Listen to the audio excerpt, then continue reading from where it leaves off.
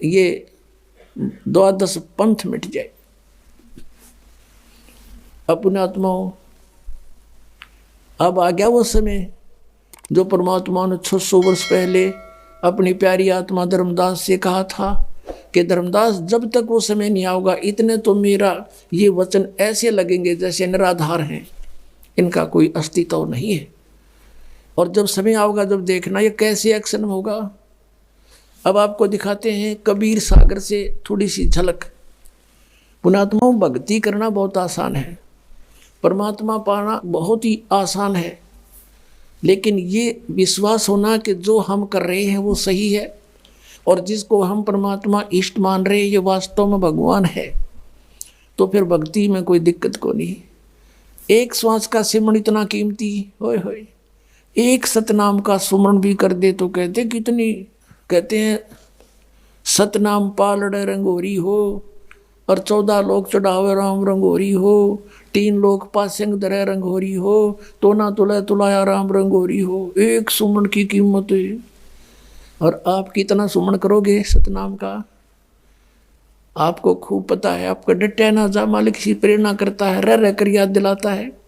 और सारा दिन में कम से कम 1500 तो आप सुमन करते ही हो, कम से कम बताता हूँ। और इतना भी करते रहोगे तो भी मोक्ष आपका। अपने आत्माओं, अधिक कर ले तो घना बढ़िया। अब कहने का भाव ये है कि अब आपको सतलोक दिखाते हैं परमात्मा ने 600 वर्ष पहले क्या फरमाया था।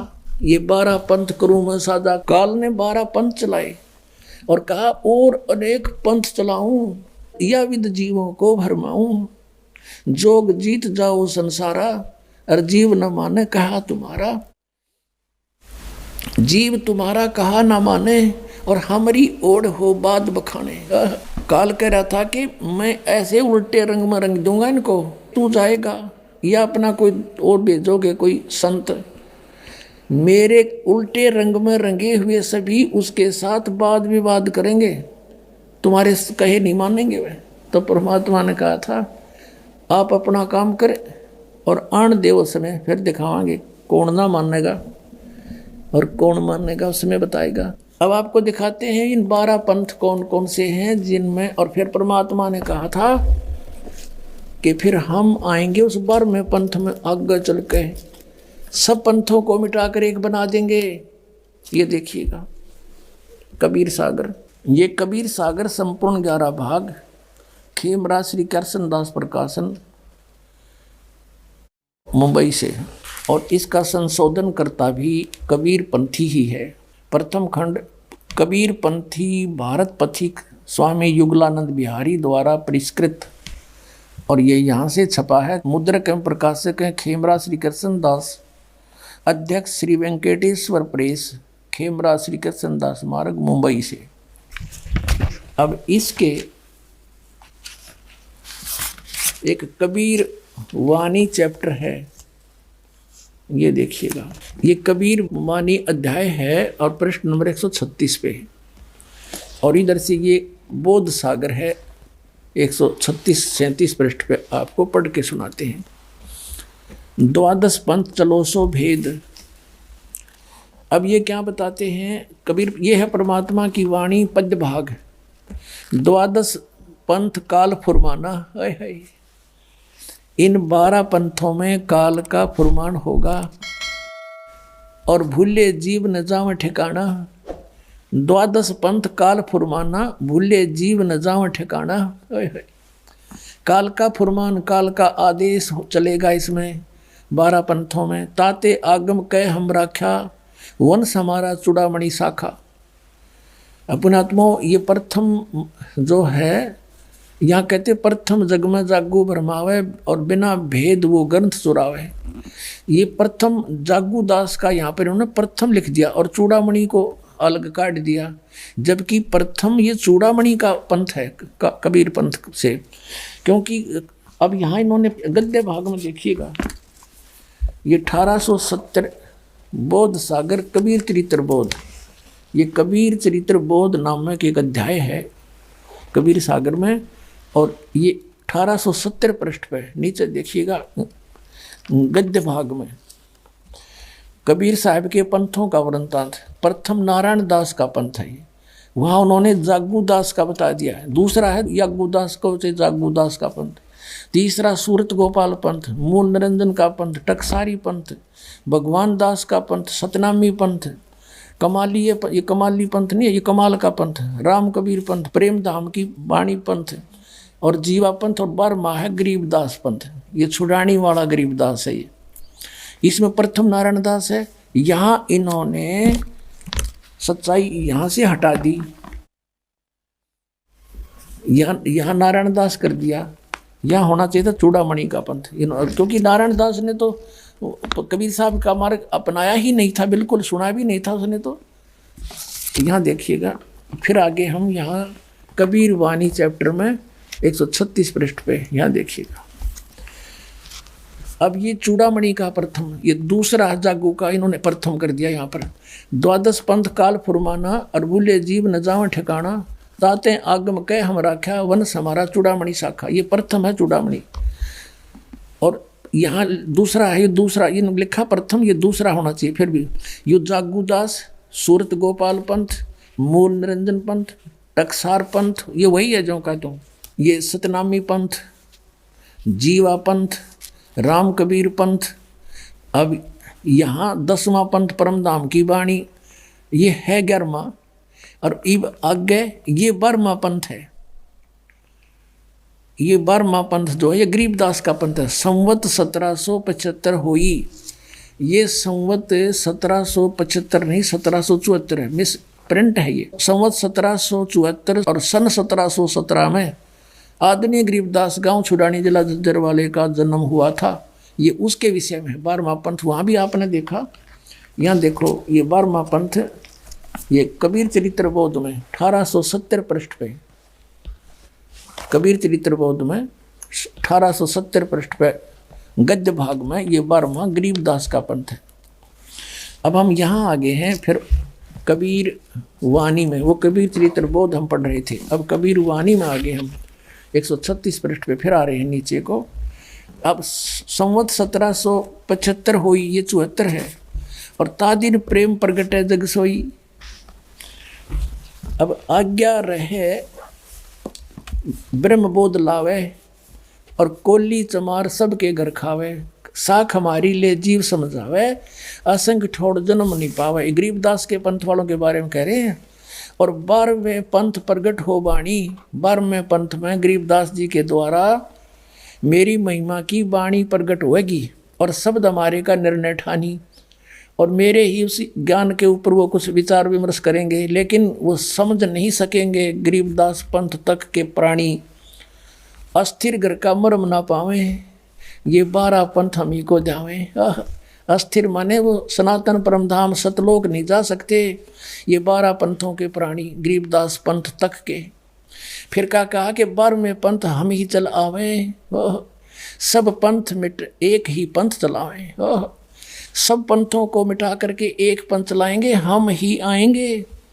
गरीबदास वाले पंथ में ये रामपाल दास, 12वें पंथ हम ही चल आवे, परमेश्वर कहते हम आएंगे चलकर उसमें 12वें पंथ में आगे चल के, और सब पंथ मिट एक ही पंथ चलावें। तब लग, अब कहा कि प्रथम चरण कलयुग निर्याना, तब मगर मांडो मैदाना। ये प्रथम चरण है कलयुग का, प्रथम पीढ़ी जब परमात्मा मगर से सह शरीर गए थे। 3 चरणों में परमात्मा ने बांटा है। पुण्यात्माओं, परमेश्वर ने 3 चरणों में कलयुग को बांटा है। प्रथम चरण जब परमात्मा मगर से सह शरीर गए, कहा है कि ये है प्रथम चरण। और पिछली पीढ़ी अब ये दास आपके समक्ष है। अब ये पिछली पीढ़ी आ गई है, और अंतिम पीढ़ी अंतिम चरण में लोग, ये कलयुग के व्यक्ति कृतघ्नी हो जाएंगे, भक्ति नहीं करेंगे, सारे मांसाहारी होंगे। और पुण्यात्मा, अब भी बिजली बहुत गिर चुकी है, लेकिन अब एकदम पूरे विश्व में एकदम शांति होगी, सतयुग जैसा माहौल बनेगा। सब बुराई छोड़ देंगे। मांस खान की चीज़ है, शराब पीने की वस्तु है, सिगरेट ये धुआं, ऐसा बुरा हाल। इस तम्बाकू के धुएं को वैसे भी कोई बालक के मुख में चला जाए तो भी खांसी उठती है, और ऐसे गंद को हमने ये काल खुआ रहा है, तो कोई नहीं टच करेगा इसको। फिर बाद में देखना कुछ ही समय में। अब परमात्मा ने क्या बताया पुण्यात्माओं, अब कच्चा नहीं छोड़ा उन्होंने जो लिखा था, लेकिन लिखा है ऐसे ढंग से कि कोई समझ नहीं सका इस दास के बिना। क्योंकि जिस पे परमात्मा प्रसन्न हो और उसने जिस उद्देश्य से उसको भेजा है उसी को देगा फिर वो हथियार, ना तो उपयोग कर ले कि तो और बर्बाद कर दे, काल के फंस जा। अब यहाँ परमात्मा ने कहा कि बर्मा पंथ जो गरीबदास जी का आवेगा उसके अंदर मैं अपनी वाणी फीड करूंगा, मेरी महिमा की वाणी उसके द्वारा पुनः उजागर होगी। क्योंकि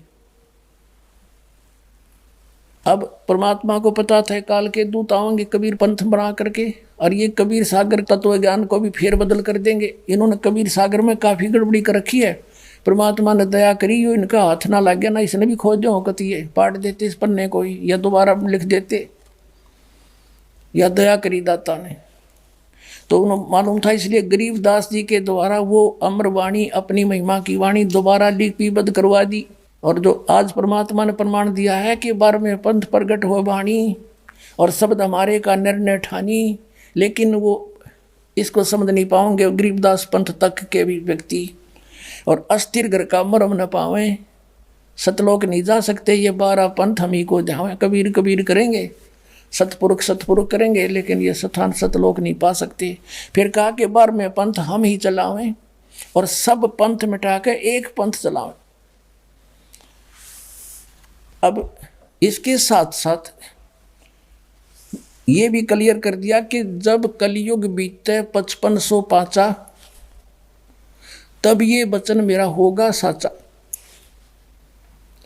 अपनात्मा सन 1398 में परमात्मा आए और 3 के 4 के आसपास 5 वर्ष की आयु में वो ये तत्व ज्ञान बोलने लगे थे, और उस समय उन्होंने ये ज्ञान दिया था और कहा था कि जब कलयुग बीत जाएगा ना 5505 वर्ष, तब ये मेरा वचन साचा होएगा।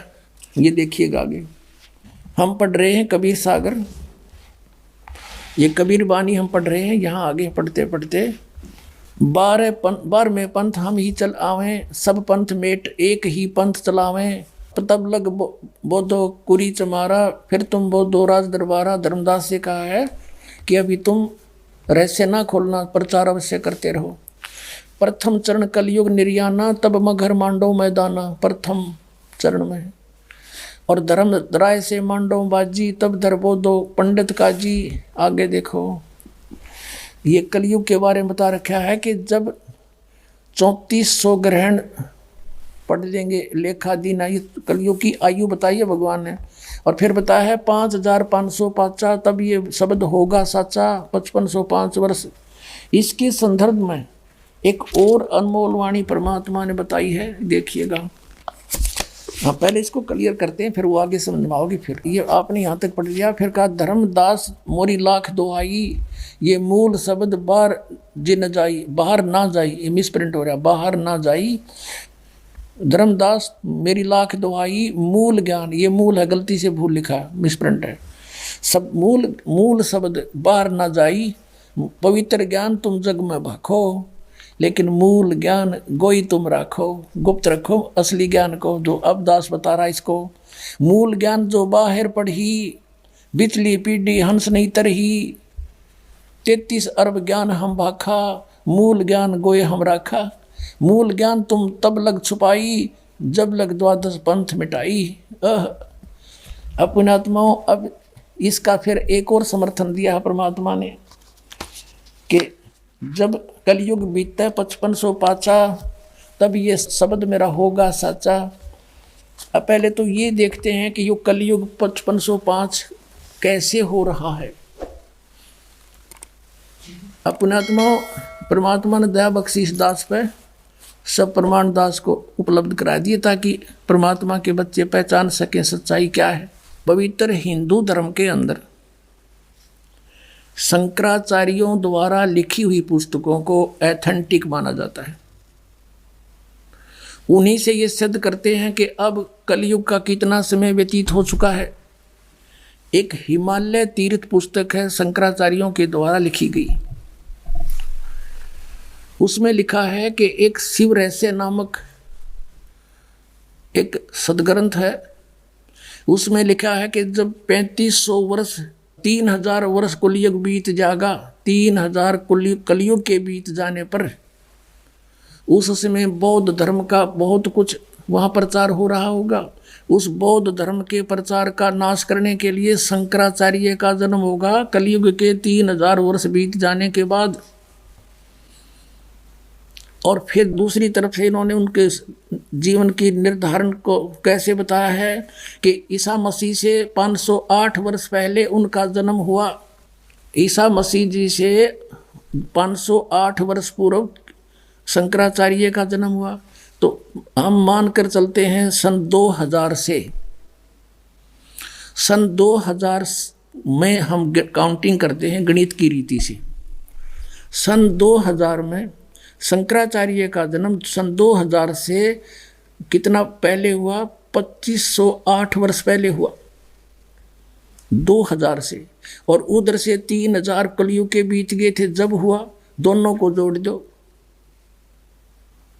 5508 वर्ष हो गए सन 2000 में।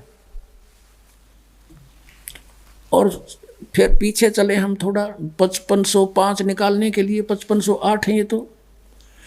1999 को हो गए 6 न 7, 1998 को हो गए 6 5506, 1997 को हो गए 5505 वर्ष। यानी 1997 में इस दास को परमात्मा मिले थे।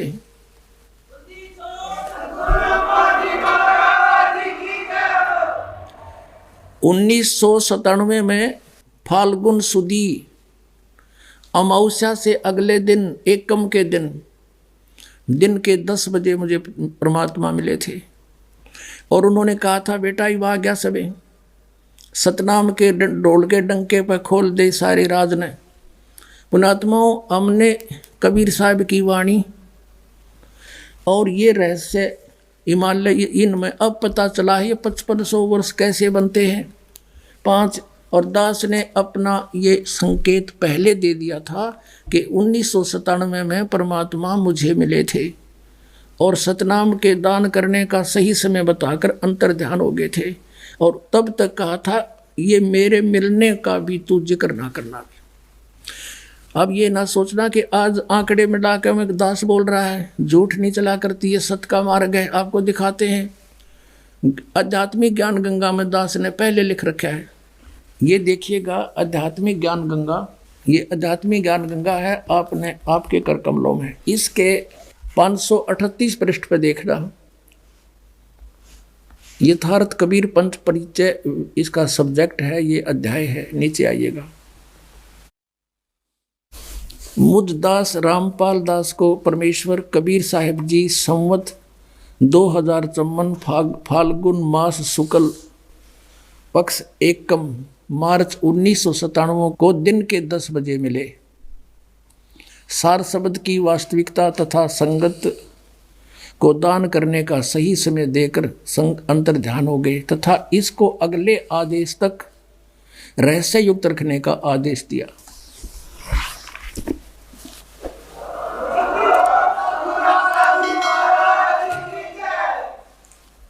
अब पुणात्माओं,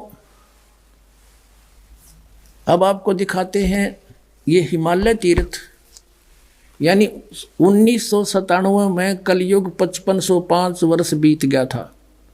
और तब परमात्मा ने आके दास से कहा था कि अब कर दे काम, अब समय आ गया है। और आज वो साचा वचन हो गया कि तब ये वचन मेरा होगा साचा। देखिएगा हिमालय तीर्थ, कलयुग कितना बीत गया ये प्रमाणित करते हैं। ये एक पुस्तक है हिमालय तीर्थ, ये इसका लेखक है JP नंबूरी, उप मुख्य कार्यकारी श्री बद्रीनाथ केदारनाथ मंदिर समिति का।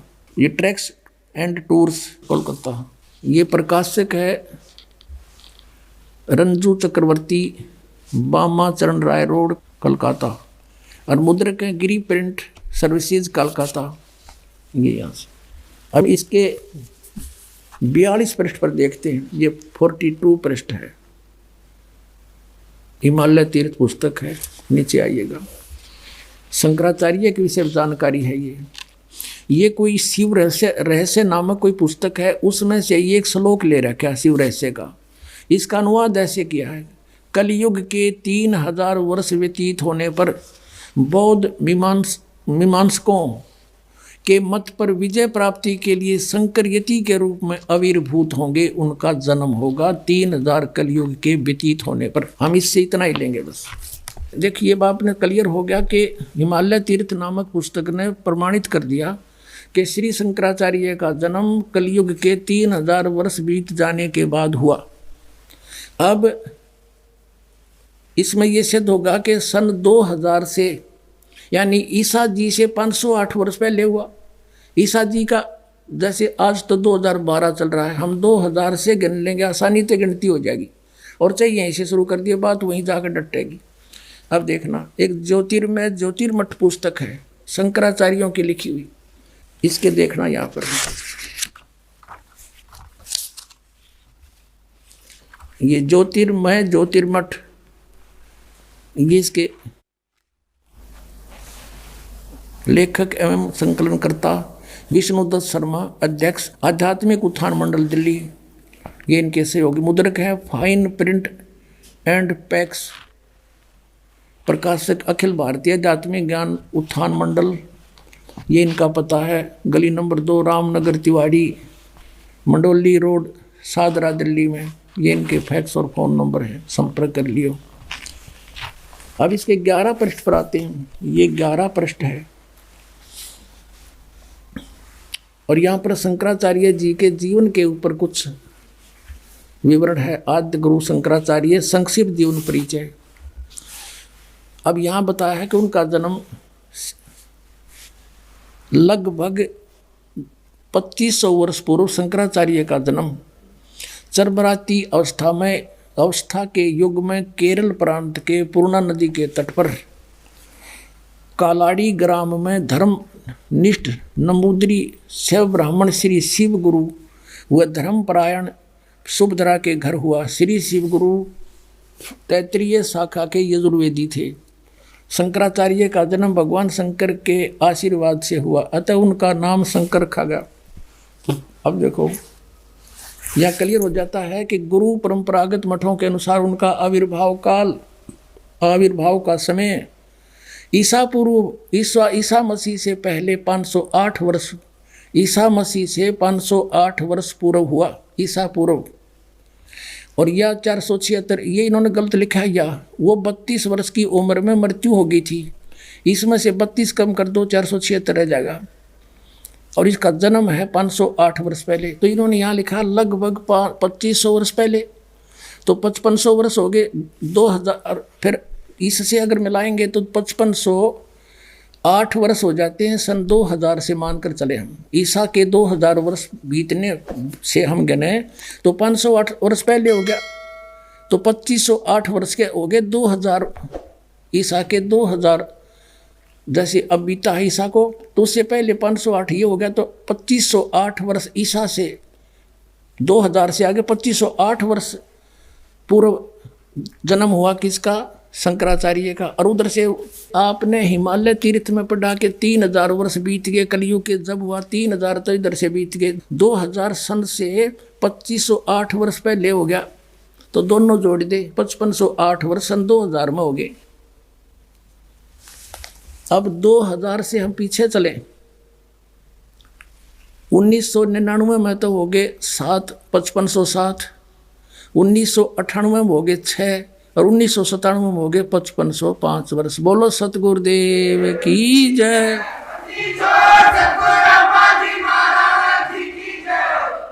अब एक और रहस्य दिखाते हैं, कैसा क्लियर किया परमात्मा। कच्चा काम नहीं करता, ये भगवान का मार्ग है, किसी बालकों का शुरू किया हुआ नहीं है।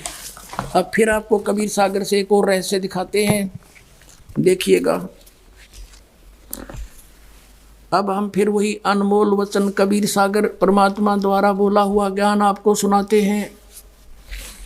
इस कबीर सागर के सवसम वेद बोध नामक एक चैप्टर अध्याय है, और ये कितने पृष्ठ पे है? 171 पृष्ठ है इस सवसम वेद बोध का।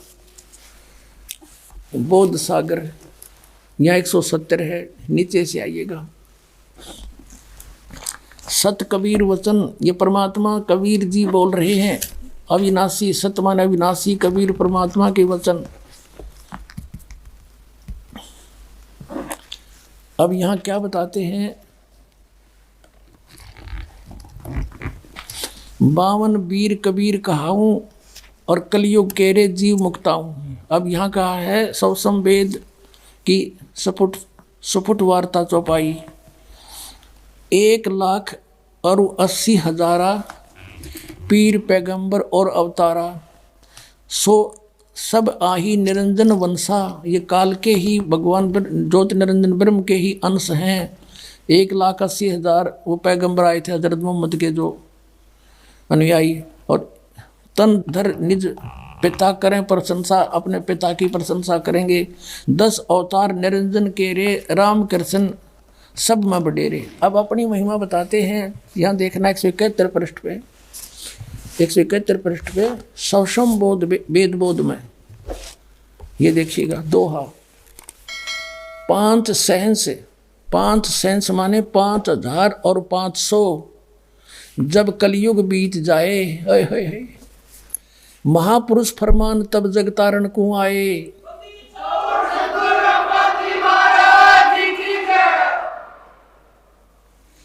5 सहंस, 5 सहंस माने 5,000 और 500। जब कलयुग बीत जाए, महापुरुष फरमान जगतारण को आए।